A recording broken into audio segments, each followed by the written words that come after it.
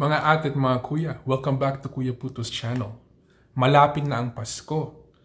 This is a very popular time para sa mga Pilipino nating kabayan na nandito sa Canada na umuwi, magbakasyon so they could be with their family or, you know what, just to get away from Canada, di ba? Tanong nyo siguro, bakit ba napakahirap sa mga ibang Pilipino para magbakasyon, leave Canada, go back to Pinas? Pag-usapan natin yun ngayon. Yun ang topic natin.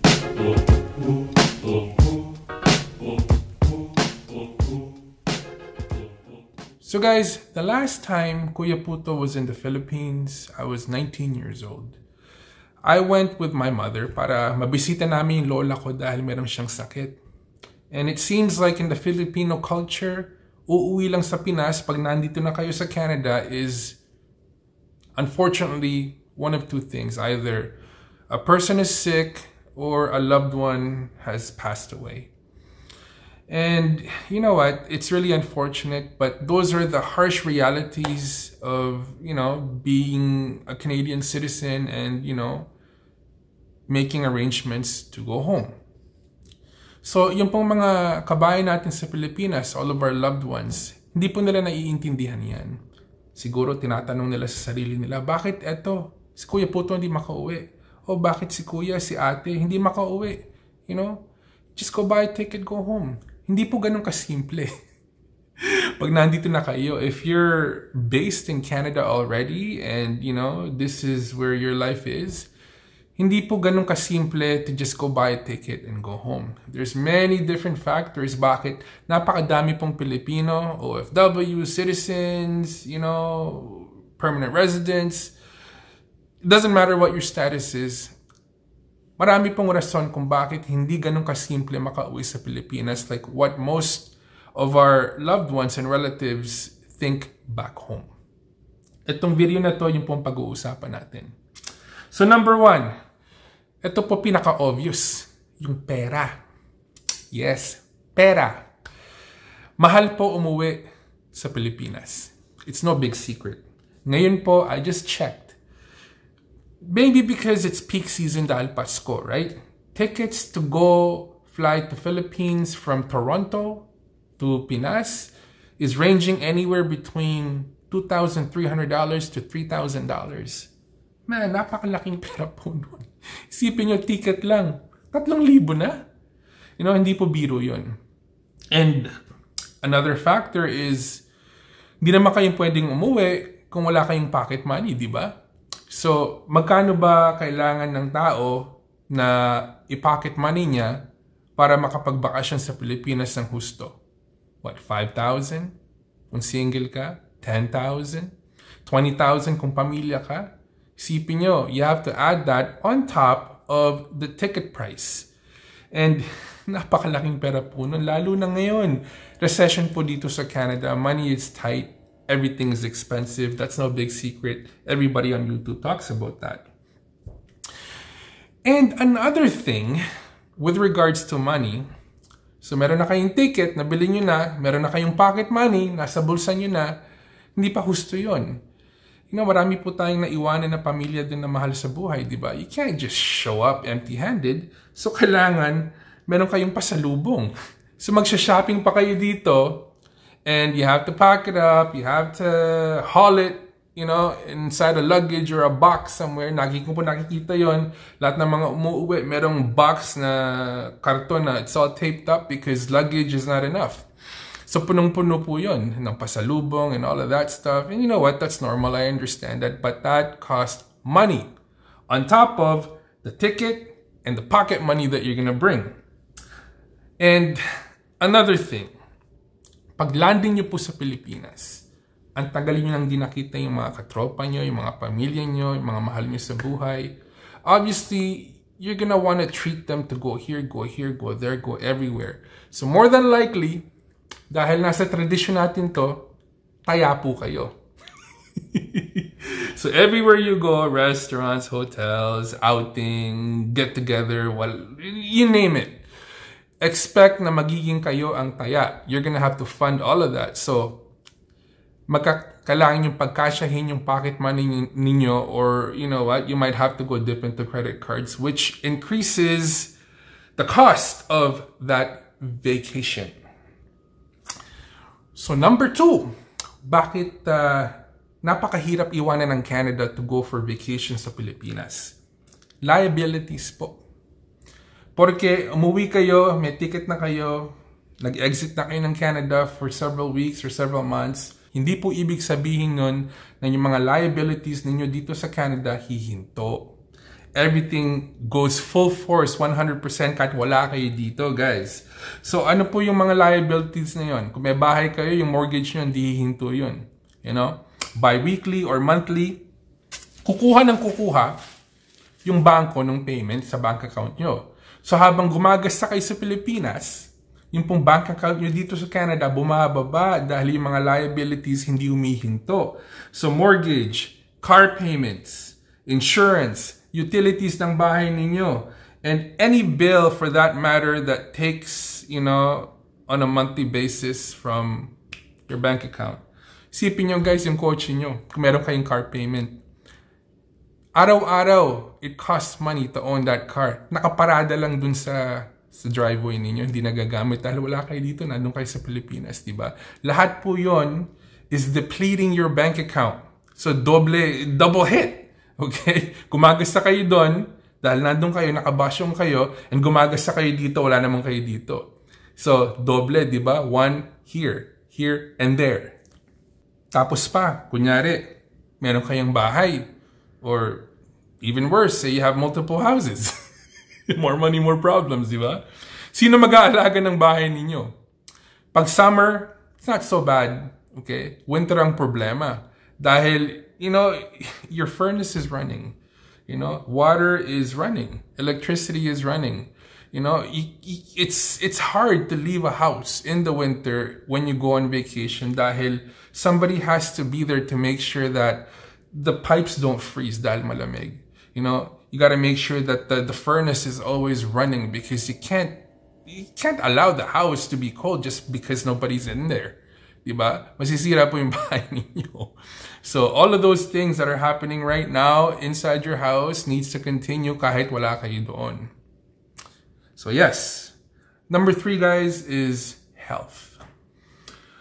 So kung bata kayo, wala kayong health problems, no problem. Go home. Pero kung medyo katandaan na kayo, katulad ni Kuya Puto, you know, I take medicine and there's certain things that I'm not supposed to do or allowed to do because of my health. Medyo, you know, mahirap po yun. Let's use my mother as an example. Yung nanay ko po, she's in her early 70s. And hindi po siya makalakad dahil yung tuhod niya wala ng cartilage, right? It's bone to bone. So, hirap na hirap po siyang makalakad. You know, sometimes just to get up from the bed, it's really, really challenging. And gustong-gusto po niya makauwi. Because, you know, she has a lot of loved ones sa Pilipinas that she would like to see. Hanggang merong siyang lakas. But her lakas is not enough. And on top of the knee problem, ang dami po yung gamot na there's a lot of meds that she takes on a daily basis, right? Paano kung naubusan siya ng gamot? Paano kung there's an emergency sa Pilipinas and, you know, walang OHIP doon, you know? Paano if, kunyari, madapa yung mom ko because of her knees? You know, there's like so many things that you have to worry about, you know, with regards to your health conditions if you're capable or able to go sa Pilipinas. Lalo na po, yung flight. Sa airport, what is it? Like a 20-hour, 24-hour flight to go back home? If you're somebody like my mom na hindi makalakad, yeah, sasabihin nila merong escort. Like, you know, the airport, you know, you can hire, like, you know, airport staff to escort you from, like, you know, one gate to another to the airplane. Yeah, I get that. But you know what? It's not the same, you know, compared to somebody who's fully 100% healthy, diba? Yun. Number 4. Time. Yes, guys, time. Time is never enough. Lahat po ng tao dito or karamihan ng tao nagtatrabaho. Okay? And bakasyon, your allotted vacation from any given company ranges anywhere between 1 week, a year, to I've seen 8 weeks. But typically, you know, average about 4 to 5 weeks a year, right? If you have tenure sa trabaho. So isipin nyo guys, you're gonna go through all that effort. You're gonna burn through all of that money for what? 4 weeks of vacation? Sometimes less? It's not enough. So really, you have to weigh it. I mean, is it worth it, you know, to spend that much money in that little time frame? Nasa sa tao po yun. But, you know, a lot of people, you know, iisipin nila yung value, di ba? Which brings us to number 5. Value. Yes, guys, value. So, depende po kung meron kayong pamilya pa sa Pilipinas. Depende po kung matanda na kayo, or bata kayo, or binata kayo. Iba-iba po. You know, many people will find going for vacation in the Philippines, you know, whether it's valuable or not really, it doesn't really have that much value to them, right? So, for example, yung mga anak namin, okay, if you have a kid that grew up here in Canada and they've never been back home, kung tatanungin nyo sila, where would you rather go?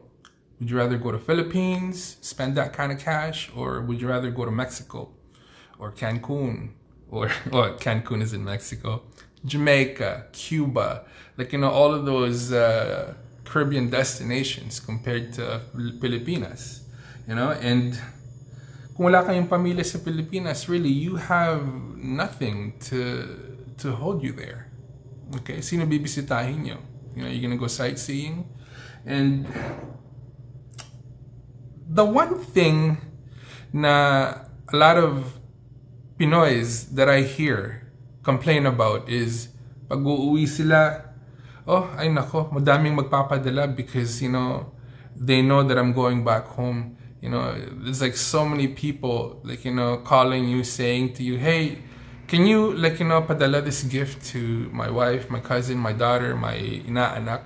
And the next thing you know, your luggage is full and you have to drag this with you all the way to the Philippines, and karamihan ng laman ng luggage nyo, it's not even yours.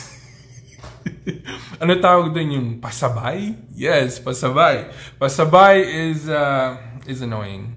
I swear to God, it's annoying. And call me selfish, call me masama ugali, but I pack light. Okay? If I'm gonna go anywhere, I normally will not tell people because I don't like having to deal with pasabay. So guys, those are the reasons why, you know, it's so hard to just get up and go and magbakasyon sa Pilipinas. Marami pong mga kamag-anak natin, marami po tayong mga loved ones na nakatira sa Pilipinas, they don't understand this. It's not that simple. You have to cover all bases, not only financially, but mentally, dahil maloloko po kayo. There's so many things that you have to worry about, and there's so many things that you have to take care of. Lalong-lalo na, the worst is when you come back home after that 4-week vacation, baon na baon po kayo sa utang. Okay, so is it really worth it? I understand to many people, it's very worth it because kaya nga po nagtatrabaho tayo, di ba? Para maka-earn tayo ng pera so we can enjoy life and share it with our loved ones back home. I totally understand that.